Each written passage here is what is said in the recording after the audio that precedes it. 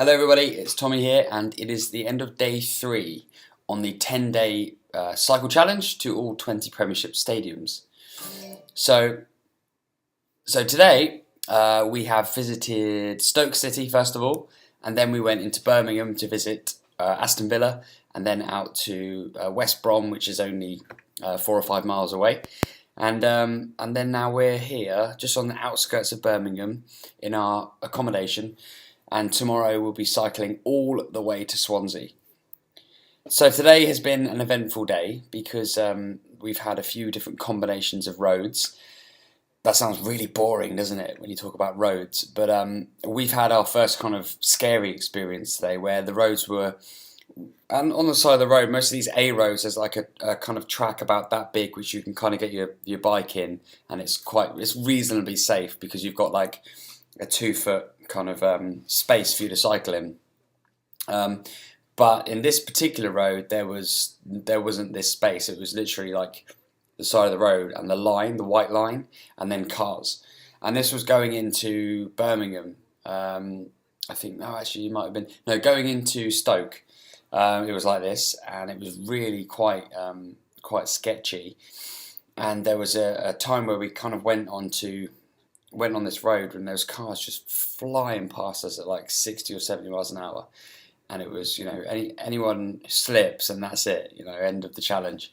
Anyway, the road itself kind of splits into like 4 outside Stoke Stadium, then goes up this bank and then out across a bridge down into the Britannia Stadium.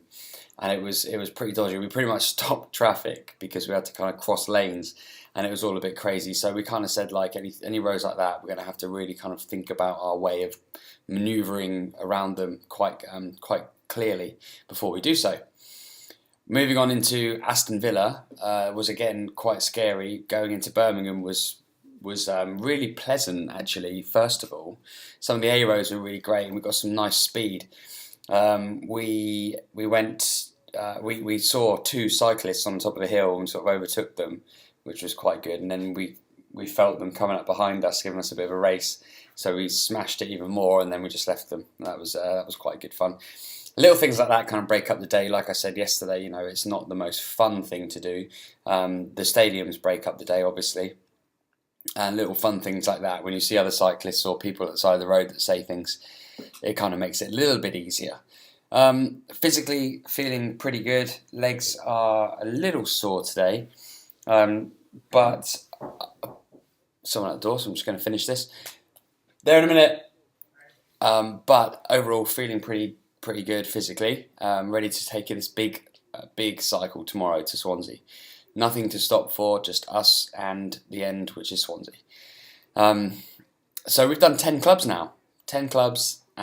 We are halfway there in terms of the clubs that we've done, but there's still a long way to go until we finish this challenge. We've just finished day 3, and there is obviously 10 days, so it's going to be hard slog. I know that, you know that, if you're watching these videos and you understand the scale of what we're doing here. It's quite big, we're covering a lot of distance, and we're doing it all for charity. Someone asked me why I decided to do this challenge, and it is because I want to raise money for charity. It's not necessarily something that is appealing. Cycling is good, it's fun. I do enjoy it now and again, and bike's done a lot of miles on it now, but it's not something that I would kind of choose to do. But it is for charity, and we're raising money for 3 great charities, and you know the score. You can donate at www.charitygiving.co.uk/Premiership-cycle. Now, I want to see a little bit more donations coming in today, because I haven't had many emails, many notifications today.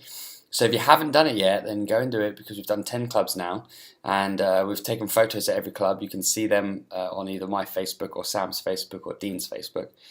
But yeah, help us out. Even if it's just a couple of quid, it all helps, because it goes to the charities, and also it makes us feel like we're doing something really worthwhile here.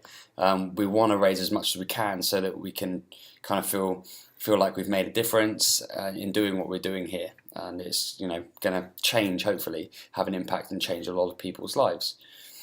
in a positive way. So yeah, that's all for today. Tomorrow is day 4. Looking forward to it, and I'll speak to you soon. Goodbye.